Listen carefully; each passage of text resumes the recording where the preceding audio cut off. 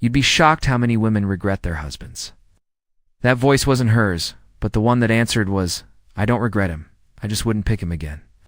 My hand froze on the doorframe, not slammed in a dramatic movie way, just stopped. Still, like I'd walked in on a sacred ritual I wasn't supposed to witness, except the sacred thing being gutted was me. She didn't know I was home early. I thought I was still out picking up groceries. I wasn't supposed to hear anything, but my car was acting up, so I turned around halfway. I thought I'd surprise her. What a joke. I didn't move. I stood there. In my own hallway, not breathing, staring at the coat rack we bought from that awful flea market trip where we got food poisoning and laughed about it for weeks. I remember her hand in mine, how she joked it was the rack that almost killed us. Now, I stared at it like it was mocking me. The living room light was on. They were drinking something. I could smell the peach wine she only brings out when she wants to feel young. Her friend Rena chuckled and asked, "So, what's stopping you?" She paused for a second. I could feel it, that hesitation, like maybe she'd defend me, say I was kind, or loyal, or that I tried. Instead, she said this, "Honestly, it's convenience. He's safe, predictable, boring, sure, but he doesn't ask much. He barely notices anymore." My ears rang. Not loudly. It was like a low-grade hum inside my skull. I could feel my pulse in my teeth. She thought I didn't notice. I noticed when she stopped locking the door at night because she didn't care whether I came home. I noticed when she started dressing nicer for errands than she ever did for me. I noticed every new silence, every glance at her phone followed by that smile she no longer gave me. I noticed everything. I left the grocery bags at the door, quietly backed out like a ghost.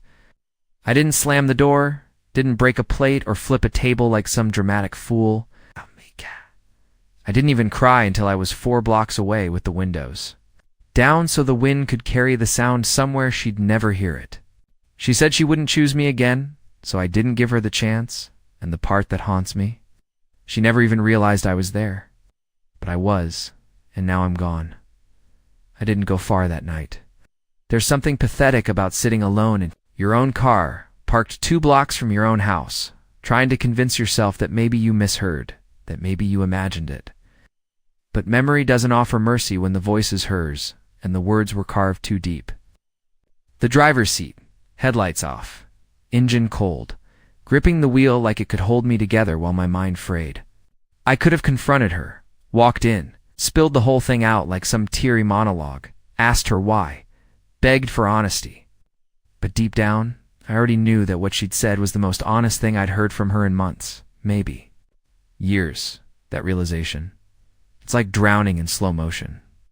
You're aware of the water, aware that you're sinking, but instead of fighting, you just let it happen because you're too tired to pretend anymore. I didn't go back to the house. I drove until the sky lightened, aimless, past neighborhoods I'd never cared to explore, fast food joints that had already opened for breakfast, and sleepy people starting their ordinary lives.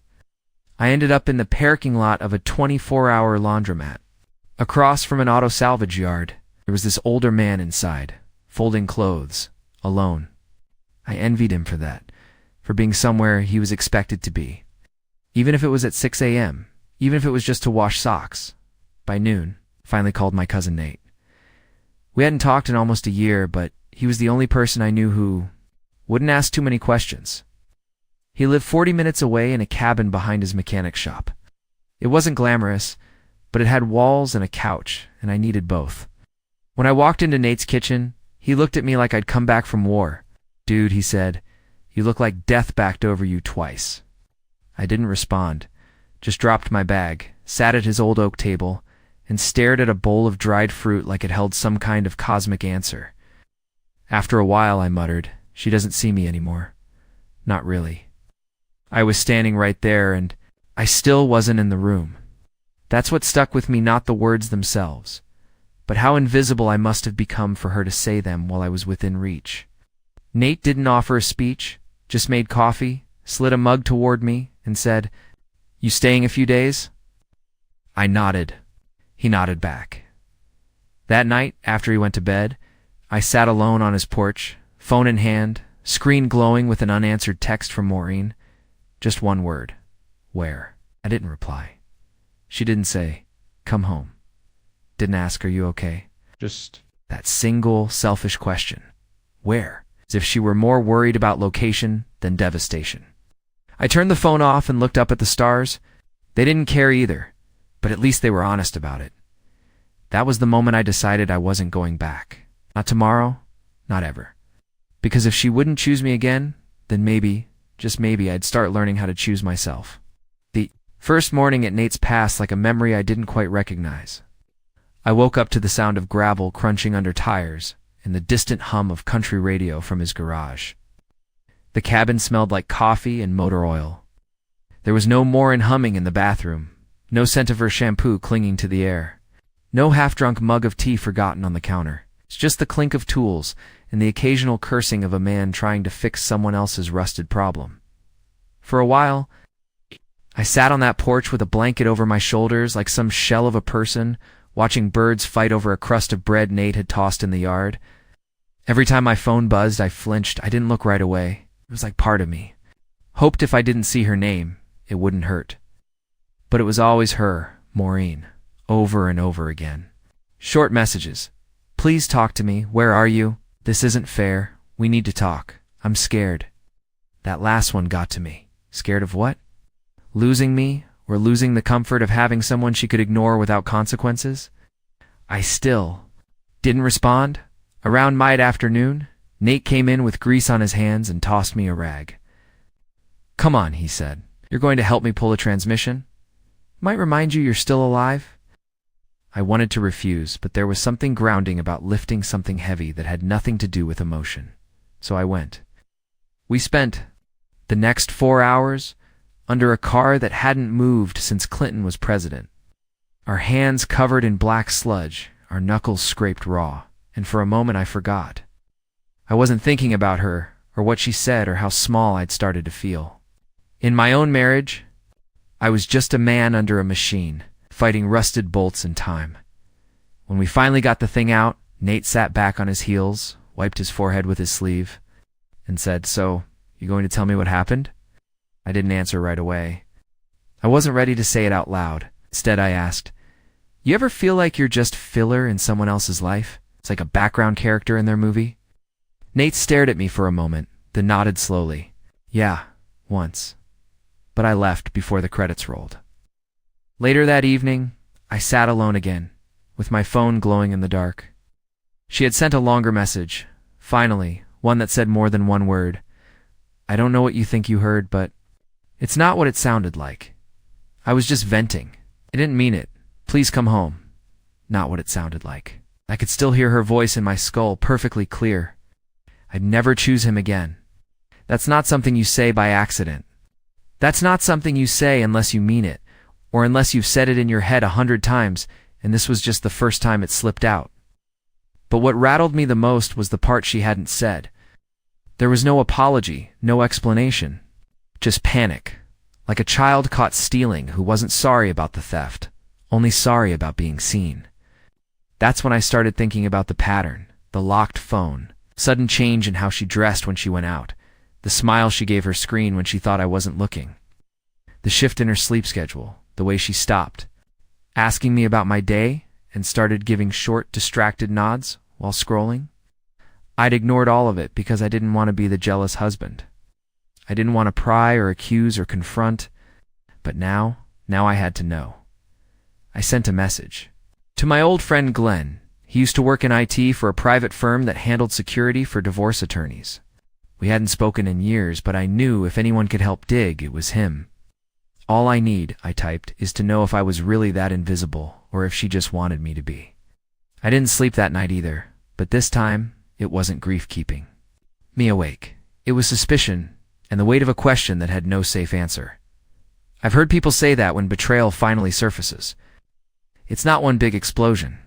It's a slow burn that started long ago. You just didn't see the smoke until your whole house smelled like it. It's what it felt like, sitting on Nate's porch the next morning, sipping burnt coffee from a chipped mug, watching dew evaporate off the grass, while my stomach twisted in quiet dread. The moment I messaged Glenn, it became real. I'd crossed into that ugly, liminal space where trust used to live. He replied fast, too fast. It only took him 10 minutes to ask, "You sure you want to go through with this?" I stared at the message for a while. No, I wasn't sure. But I had no choice. I needed to know if she had already moved on emotionally. Or worse, while I was still setting the table every night, hoping she'd eat with me. Yeah, I finally typed back. Find everything you can, but be discreet. Glenn didn't ask questions after that, just sent a thumbs up emoji, which somehow made it all feel more surreal.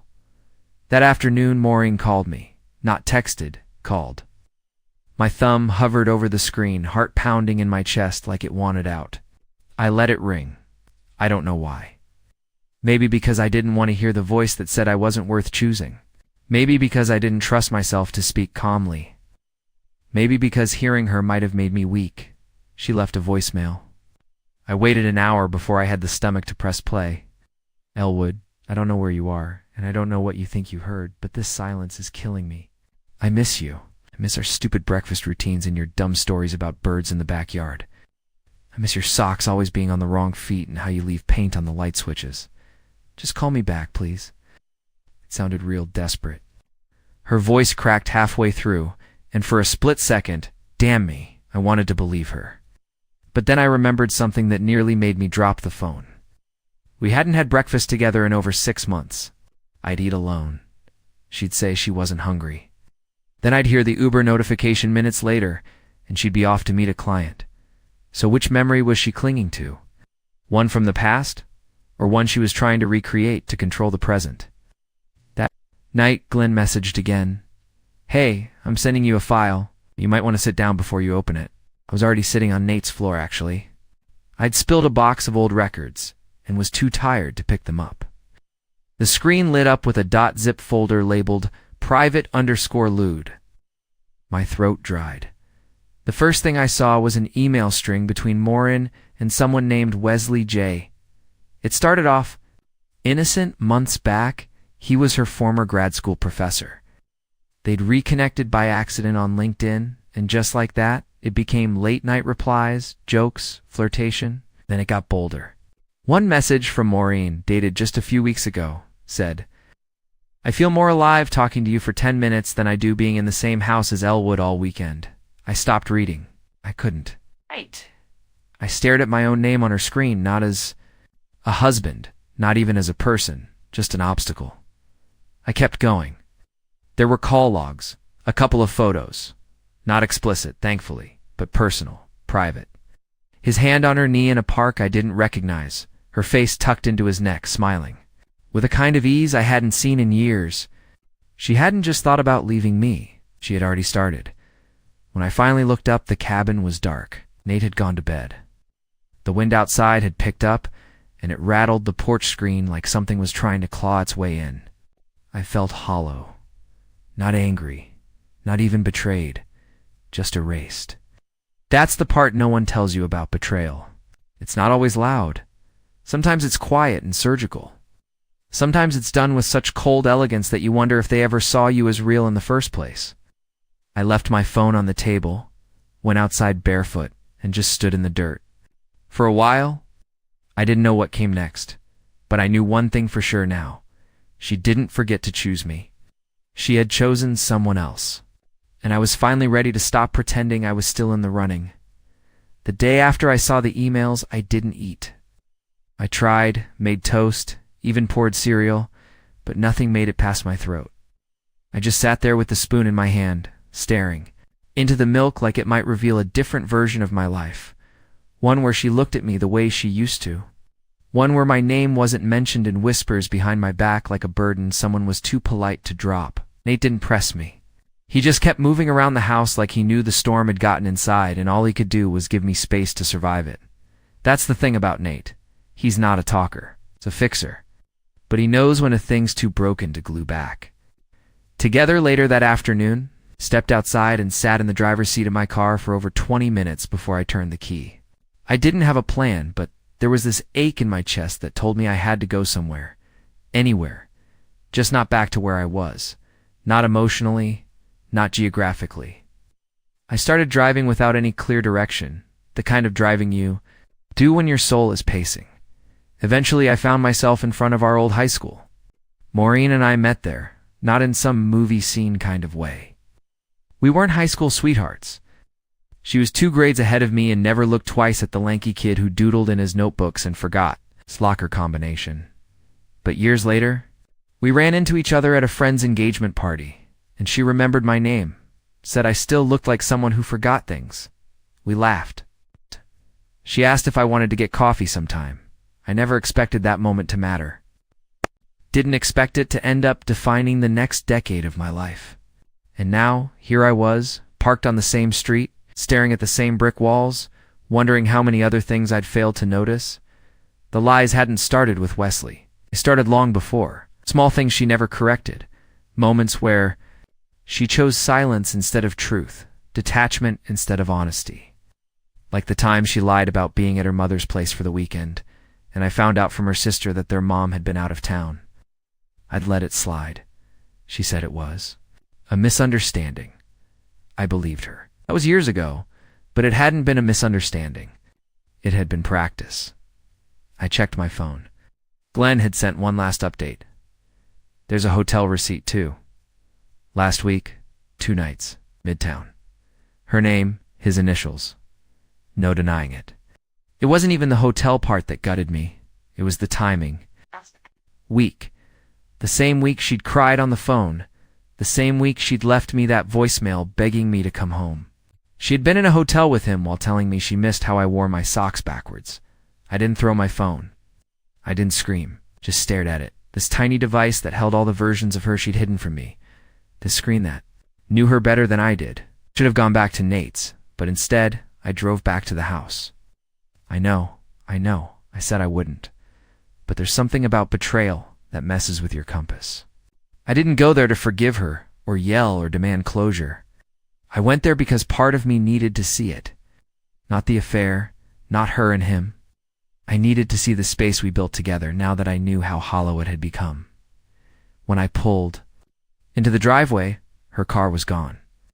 I unlocked the door with the spare key I'd hidden in the gutter 6 years ago. A backup she forgot existed, or maybe she remembered and just never imagined I'd use it. Inside, everything was painfully untouched. The shoes at the door.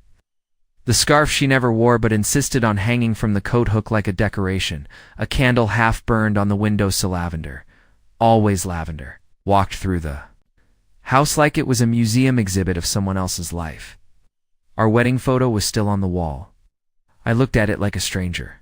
Her smile looked different now, not because it had changed, but because I finally saw the emptiness behind it. It had always been there. It's just been too blinded by the need to believe in us to recognize it. On her desk in the bedroom, her journal sat half open. I never snooped, ever. But this time I didn't feel like a husband violating trust. I felt like a man retrieving evidence from the scene of his own emotional murder. There wasn't much, but one page, one sentence stopped me cold. Somewhere along the way, I started waiting for the moment he'd leave. I just didn't expect it to hurt this much when he finally did. I put the journal down. I didn't take anything, didn't leave a note. I didn't need to. She already knew. The only thing I did before I left was pull the ring from my pocket and place it gently in the bowl by the door where we kept our keys. It sat there like a stone on a shoreline, small, quiet, but unmoving. Then I closed the door behind me and didn't lock it. So let her lock it herself this time.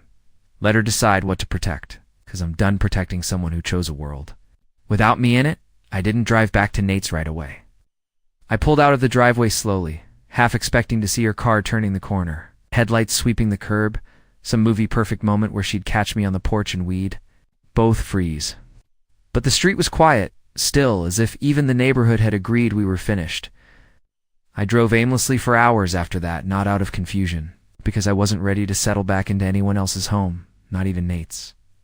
I ended up at a roadside diner just past the county line. It's a kind of place with flickering signs and laminated menus sticky from too many hands. I sat in a corner booth with chipped upholstery, ordered black coffee and a slice of pie I didn't touch, and just stared at the rain streaking down the window. No one knew who I was there. No one asked what I was doing. I liked that, being anonymous. No history, no expectations. It's just a guy nursing a coffee, like it might explain something to him. As the hours slipped by, I started replaying things I hadn't let myself think about for years. Like the night Maureen came home late with that trembling voice saying she'd hit a deer and her phone had died. I believed her. Of course I did. She had tears in her eyes, her palms were shaken, and her shirt smelled like cologne that wasn't mine. But I didn't say anything then. I remember hugging her, saying, "It's okay, you're safe now." Safe from what, Elwood? Or that business trip she took last November, the one that somehow didn't show up on her company's calendar when I called to confirm the hotel. She said they used a third-party travel coordinator and things got mixed up. Embarrassing her by checking. I apologized. Looking back, the signs were so obvious it's almost insulting. But here's the truth. No one likes to admit. We don't miss the red flags. We choose to paint them white. We rewrite reality in real time just to avoid feeling like fools. By the time I got back to Nate's, it was nearly 2 a.m. He was asleep. Porch light still on, like he'd known I wasn't done wandering yet. I stood outside the door for a full minute before going in. It's like stepping back inside meant I had to start breathing again the next morning. I did something I hadn't done in over a decade. I looked at myself, not glanced, really looked, stood. In the bathroom, stared into the mirror, and tried to recognize the man staring back. He looked older than I remembered, eyes tired, beard growing in too patchy, shoulders hunched like they'd learned to carry disappointment quietly.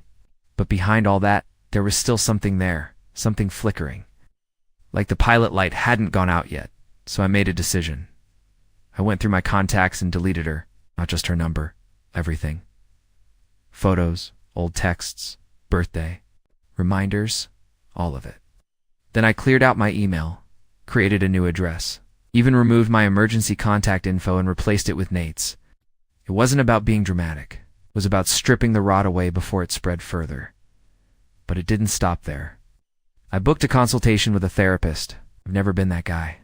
Never thought I needed it, but I realized I'd spent years being the man who internalized everything, smiled through disappointment, swallowed anger like pills. I'd become the man who could be erased in real time and not notice until he was gone. The session was scheduled for the next Thursday. It felt strange to look forward to something like that, but I did. Not because I thought it would fix everything, but because it meant I was starting to fight for myself, even if it was late. Then, just as I was about to settle in for a quiet afternoon, my phone rang. "Unknown number," I answered out of habit. "Is this Elwood?" The voice was male, deep, steady, not angry, more regretful. "This is Wesley. I know I'm probably the last person you want to hear from, but I think we need to talk." I froze, my jaw clenched. My first instinct was to hang up. I owed him nothing. He owed me silence. But before I could, he said something that kept my hand from ending the call. "She lied to both of us." No. I didn't speak. He continued, "I thought I was the one she was leaving you for. But it turns out I wasn't even the only one." The air left my lungs. I walked outside, phone pressed to my ear, the late sunlight spilling gold onto the grass like the universe was. "Mocking me? Meet me," he said. "I have proof, and I think you deserve to see it." And just like that, I realized the betrayal wasn't just deeper than I thought. It was still unraveling. I met him at a roadside cafe 30 miles out of town, one of those places that tried to look retro but failed somewhere between ironic and tragic. The booths were torn, the coffee came in chipped mugs, and there was a neon jukebox that hadn't worked since the early 2000s. It was perfect for a meeting like this, anonymous, unremarkable, easy to forget. Wesley was already there when I arrived, sitting in the corner by the window with his blazer still buttoned like he didn't know how to be casual. He stood up when he saw me, polite, stiff, unsure whether I'd punch him or shake his hand. I did neither. I just sat down. There was a moment of silence that stretched a little too long. Then he cleared his throat. "I wasn't expecting you to come," he said. "Me either," I replied. He nodded slowly, then pulled a manila folder from his leather bag and set it on the table like it was radioactive.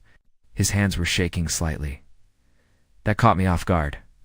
I expected arrogance. I expected some self-righteous speech. What I got was a man who looked like he'd been sucker punched by something he didn't understand.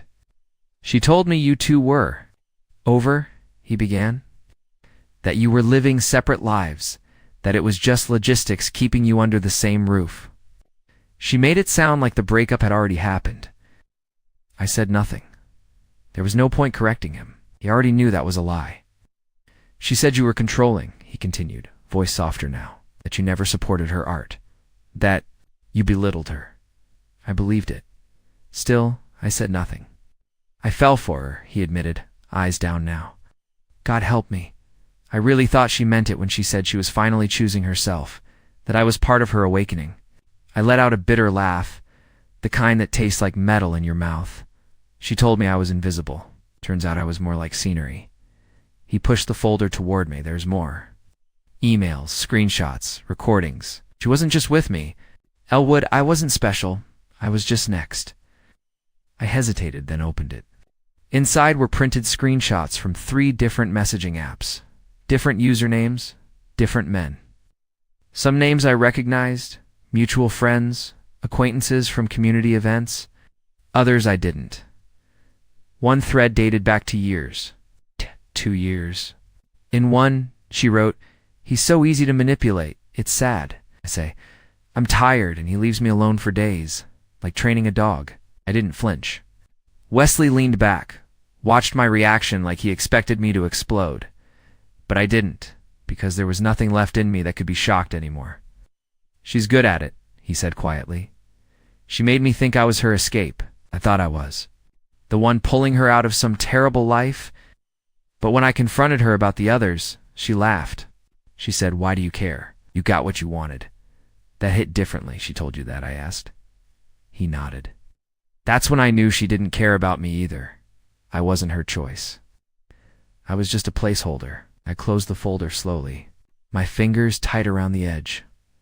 "Why bring this to me?" I finally asked. "Guilt partly," he admitted. "But also because I figured you deserved to know you weren't crazy? And maybe because I needed someone else to confirm I wasn't either." I exhaled through my nose, the kind of breath that carries years of tension you didn't know you were holding. "Thanks," I said, after a long pause. "I don't know what I'll do with all this, but thanks." He stood up, uncertain, then offered a hand. I shook it.